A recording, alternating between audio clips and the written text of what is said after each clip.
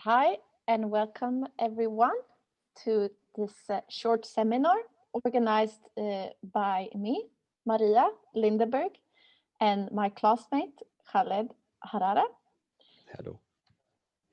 This seminar is called Art, Solidarity, and Community Behavior. Both me and Khaled, we are students of Kulturverkstan, a school in Gothenburg, Sweden, focusing on cultural project management, international culture project management, actually. So today we will discuss this topic. This is the agenda of today. I will start by sharing some learnings from my internship, because in fact this whole spring of 2021 we've been on internships, and as you all know, it's a very special times. So we learned a lot from that, even though we couldn't be there physical at our internship places. Khaled will present some of his learnings, and then we will jump into our subject of today, which is the importance of art in human rights work and work for international solidarity, and the possibility of art to actually change community behavior to the better. And of course, it can be used the other way around as well. We will discuss many interesting topics today, as you see. So yeah, let's go.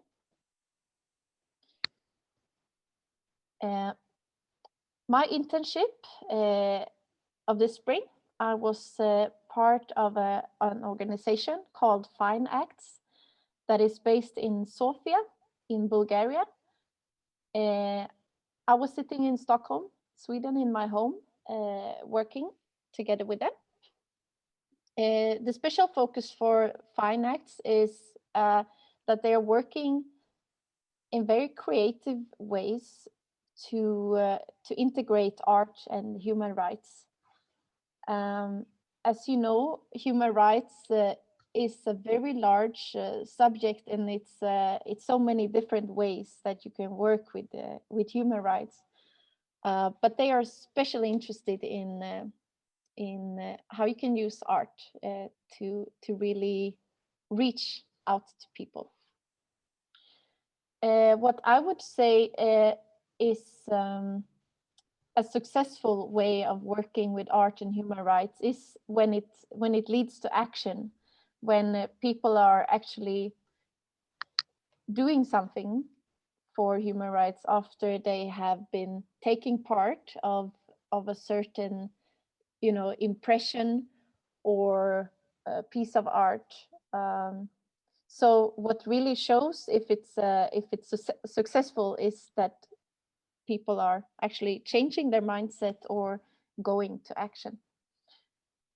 In my internship, I was introduced to something called Hope-Based communication. Those words, the expression Hope-Based communication was made by a guy called Thomas Combs. Back in 2017, he made a blog post where he wrote that people in the human rights need to communicate in a new way to reach out to people. And what he meant by this was that for some people, human rights is something that is made somewhere else in life. That is something that's you are entitled to. I mean, we are all entitled to it because we are humans. But for some people, it's hard to get the feeling that it's something that we can actually do ourselves. We need to do it every day. We cannot just get it from somewhere else. We are all responsible to hold up the world of human rights, because it's a lot of forces, as you know, that are challenging us in this world. So the base of hope-based communication is that in your work, if you work as a human rights organization, you can change your strategy when you communicate. So instead of focusing on fear in your communication, try to focus on hope. Try to show what you are for instead of just showing what you're against. So if you're for, let's say, the right to get married for everyone, show that you're for it and not that you're against. Yeah, I think you understand what I mean. Show what you're for and not what you're against. So because that makes you focus on the solution, which is the next point. Instead of just showing the problem, try to show a solution, because that will make people think that they want to be part of the solution. If we just see problem, as humans, we get a bit overwhelmed. Instead of showing all the threats that's out there, I mean, it's we have so many threats against human rights all over the world. Of course, we must show them, but show the opportunity to do something else. And instead of presenting people as victims, present the heroes, because that will also encourage more people to become the heroes and to be wanting to do differently. Yeah. So Khaled, what was your internship? What was it about? Yeah, first of all, thank you so much, Maria, for giving me the opportunity to be with you. And I'm so glad that we are discussing these very important topics, especially when we are talking about art and human rights and the awareness itself. My scholarship, it was in Kulturhuset Stadsteatern in Stockholm. But as you mentioned earlier, it was most of it was virtual regarding the pandemic that we have right now. I'm gonna simplify it. My role it was to be a part of a team that's working on a cultural project that's through it you could try to connect Stockholm to other areas around the world and to introduce to the Stockholmers new types of culture or culture outside the region, from outside the region. The area was targeting in our project, it's Gaza. So the project was supposed to be between Stockholm and Gaza. And in this project, we should make also a space for dialogue between youth from Gaza and youth in Stockholm. The project, to be honest, is still running until now, but unfortunately, regarding the war is happening now in the Holy Land and the miserable situation in Gaza, unfortunately, the project it's on hold. And yeah, actually, I'm not sure for people who don't know me, I'm a Palestinian from Gaza living here in Sweden, and I am doing my last term at Kulturverkstan to be an international culture project manager.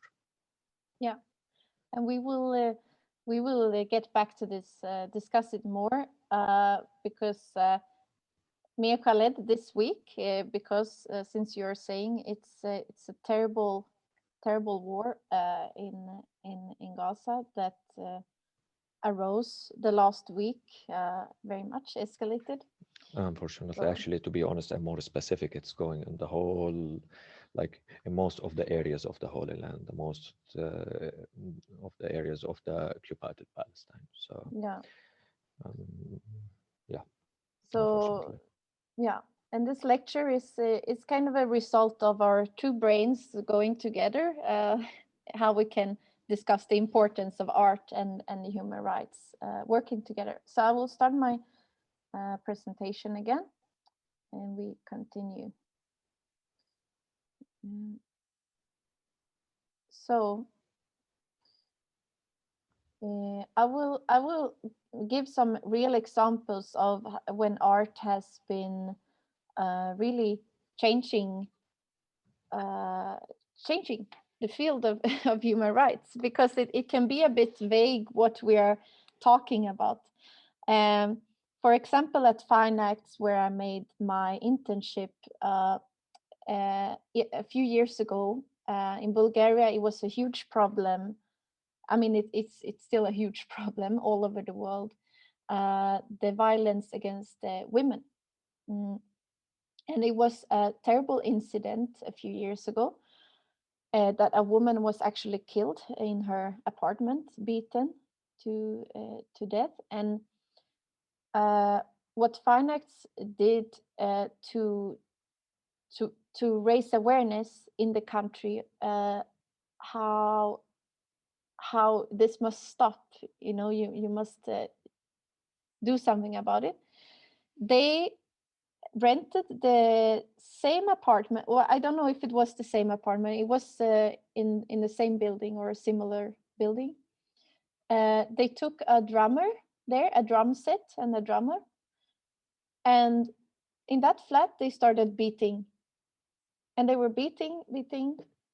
It took about 2 minutes till a neighbor came to say, stop the beating, stop the beating. And this woman in the same flat, she was beaten for more than 15 minutes, and no one was interfering in the happening. They made a video of this drummer and with the message saying, why are we complaining about music in a flat after 2 minutes when we can't do something about a woman getting beaten and is dying in an apartment. So that was a very strong message. It was a very successful campaign. It drew a lot of attention. So that's one way of working with it. And as you all know, it's always really terrible topics that you're working with when it comes to human rights. Khaled, do you have any? Absolutely, I agree with you. Yeah, Habibti, yes. This small example you mentioned, it's really simple, but at the same time, it's really powerful at the same time. And unfortunately, that's this type of accidents. Actually, it's not accidents. This type of crime is still happening in 2021. For me, if I'm going to talk about a specific example, Yeah. We can mention tons of examples, but here, if we're going to talk about awareness itself, are we talking about the community awareness or individual awareness? And is the community awareness and the individual awareness, is it effective by, let's say, different elements?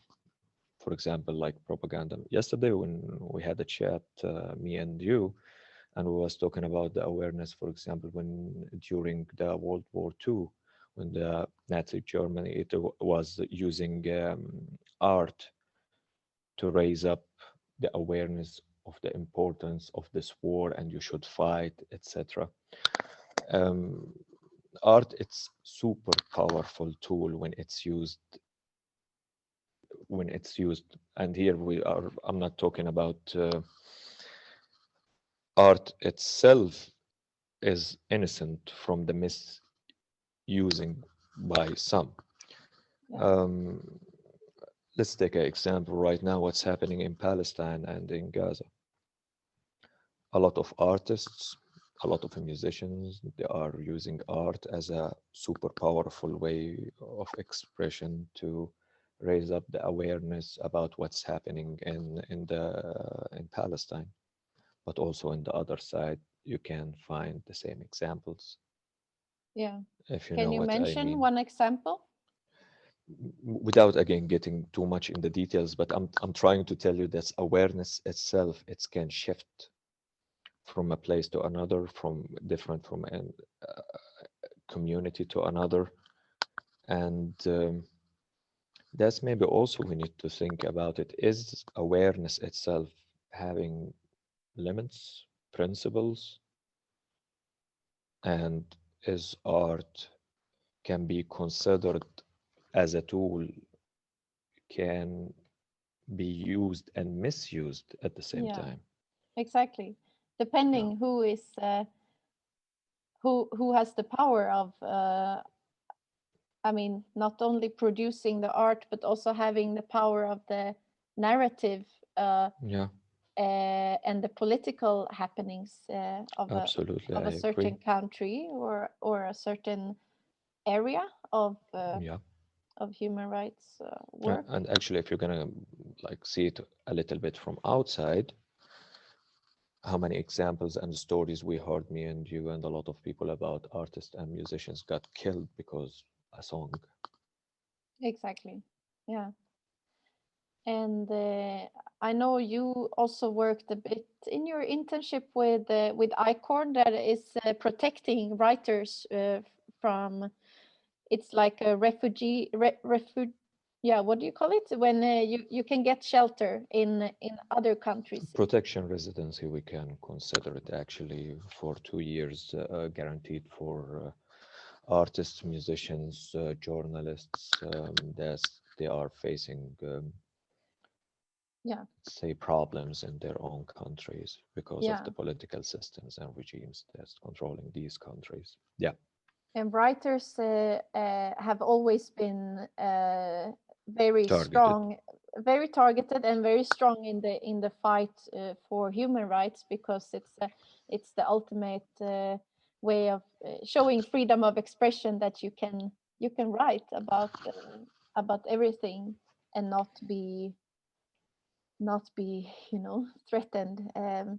So this is a very important network also that we are I'm going to move on to discuss if you talk about art and human rights, you can also ask yourself, is it really the mission for art to be taking care of the human rights? What are your thoughts, Khaled?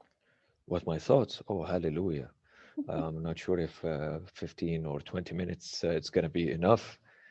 And this topic, it's really, really, really, really huge. And wow. Yeah, Okay, let's take it like this. What if we can say art? It's one of the main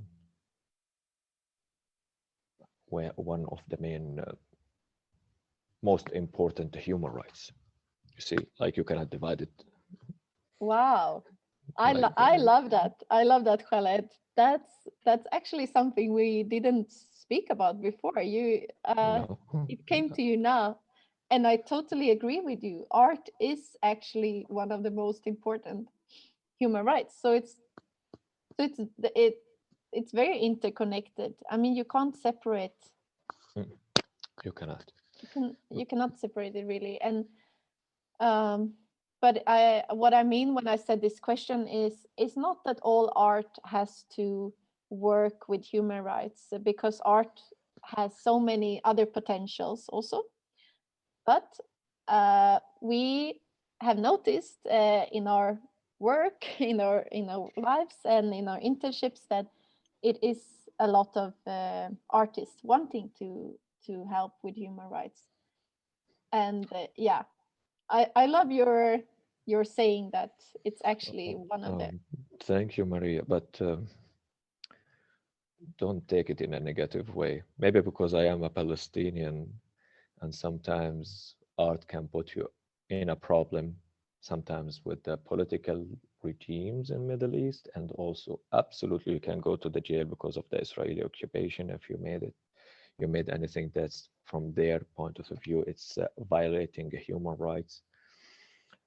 I I I see it maybe that way, and I don't mean it in a don't understand me wrong, please, but because you are living all your life in a beautiful, peaceful country Yeah. that respect human rights, such as Sweden, which I hope always it's going to be peaceful country, and peace are always going to be here and everywhere around this planet.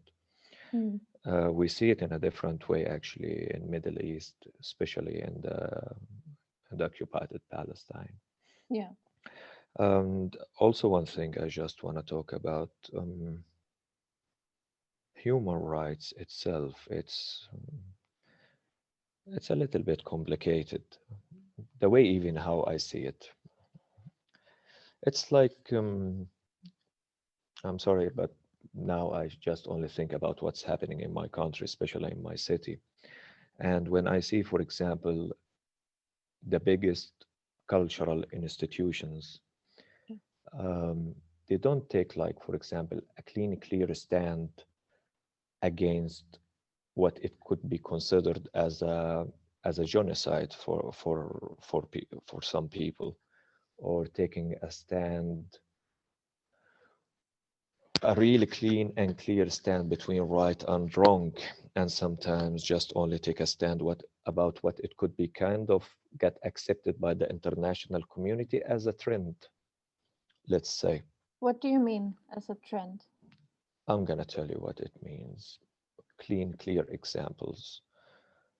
For example, most of the cultural institutions, especially the big one, they start to attack the political regimes in Middle East when the Arabian Spring Revolution came out, Yeah. and they was condemning like all the violence the Arabian regimes different in, let's say, in Egypt, Syria, and what they do for the people who criticize the regime and for the demonstrations. But in the same time, you find a very shy stand against what Israel do to the Palestinian people.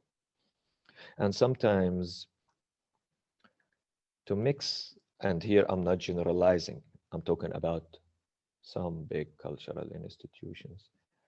When you see like the way that it's become twisted to the Palestinian Israeli situation, and then so you can shift the responsibility, and then you start to talk, yeah, but Hamas launching rockets and Israel responding, and then you go so deep in a lot of bullshit, political, unnecessary Mm. talks while people they are dying But if you right fo- now when I'm talking me and you at yeah. this minute.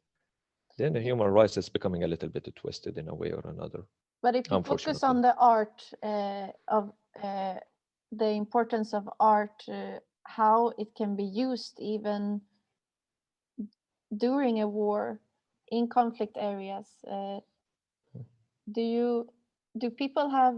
I mean, are I know it's a tricky question, but are people? What is your experience? Do people work with art when they are in the middle of a crisis? Thank you so much for this question. And yeah, before I'm gonna connect the dots together. Cultural institutions, they don't take a stand. How do you expect that the art itself, it's gonna be effective tool to be used by this big institution to be a tool or as a expressing action to support human rights? You know what I mean? Yeah. Um, Individually, we can talk about art on the individual level. Yes, art it's one of the most powerful tools. And the best thing about art, it's not solid, it's flexible. You can shape it and reshape it to fit with every aspect of life. Yeah. In conflict areas, human rights, raising awareness, you name it. Mm. And right now, I believe that art itself and all these international artists and musicians who take a stand, they are doing a great job. They are doing a great job for raising awareness. And also to be more clean and clear, because sometimes people can misunderstand a Palestinian citizen talking such as me. Thus, we are in Palestine, we are totally against killing innocent people. And for the people who say like the situation in Gaza and Palestine, it's comes because Hamas launching rockets, etc. I'm sorry, I start to talk politics now. I would like to say Hamas, they don't represent all the Palestinian. Yeah. And in the same time, and the violence is happening in all over the Holy Land. It's not just only in Gaza. Yeah. Sorry, but I felt it's really important to mention this that is part. important to mention, and as you say, it's a very severe situation right now taking place. So or acute. I was looking for urgent. That's the word I'm looking for. But we can move on to what you were saying now. That actually now for Palestine, it's been a lot of international solidarity going on, and how can art be a big part of this solidarity work? Art is something that brings us together, right? As humans, it's another language in a way that's we can understand each other, even though we're not talking the same language. We have seen it much also in Corona. I mean, in Corona times, for example, when they were playing, I think it was in Italy, when they played the music on the balcony and people started playing together in the neighborhood, just to show each other, it's we are still one people living together here. It's still hope. We are still alive, even though we're trapped in our homes. And then the videos, of course, were spread online. So that I would say is one way of doing it. What comes to your mind? I know now, for example, you were searching for people doing animation for an information campaign that you are doing with Palestine. That's also a way of collaborating and asking for help internationally. Yeah, absolutely. Thank you so much for mentioning that. To be more specific, actually, it's about safety and security measures during war times in Gaza, because there is a lot of pages to inform about Palestine politically, about history, giving you statistics about victims. No. So the campaign that I'm doing is about it is focusing at the safety of civilians and how to act during the war. That's including storing food, how to secure your home, what to do in case of bombs falling at your neighborhood, etc. And here again, art can play essential role. And how do you want to use when you get people that knows animation or they can draw the procedures, so you can see it also visually. It's much way easier for people to absorb it and to understand it, especially if we're going to think about the people that now they are in war. So sometimes you cannot process information as a normal person or living in a peaceful situation. And also for people with reading problems, maybe it's easier with videos and pictures. For sure. And also one thing I just would like to add, they say like one photo or image can be stronger than 1,000 words. Also about art and music, I can say one song, it can be much way stronger than 100,000 bullet or bomb. And you know that like one song can free a nation. And this brings us to our last topic here. That is what I mentioned in the beginning. it's I believe it's quite important to work with hope when you're dealing with human rights, because if we don't have hope, then if we don't believe that a change is possible, no one else will believe it either. So you do need to carry, as an artist, willing to work for social change, for the better. You need to keep this in mind, that it's because only showing the facts of how terrible our world is in many ways, it's not enough to just show the facts and the problems. We also need to show that we can do better. We can do something different. I'm not sure about if I agree with the point that's our world, it's terrible, or maybe I got it mostly. I'm not sure, maybe because I'm like kind of in a war switch. Yeah. And war switch, it's for people who living in Gaza. They switch during the war, but for me, as a Palestinian, always hope it's in the middle of our hearts. And by the way, this world, it's full with happiness and many beautiful things. Yeah. So this was an introduction to some of the work we've been doing. If you want more information, here are some sources. You can go. It's one project also that I didn't mention, by Troja Scenkonst, a group in Sweden that made an action for climate that was very interesting. You can check that link, and contact us if you have any questions. So we thank for today. Thank you.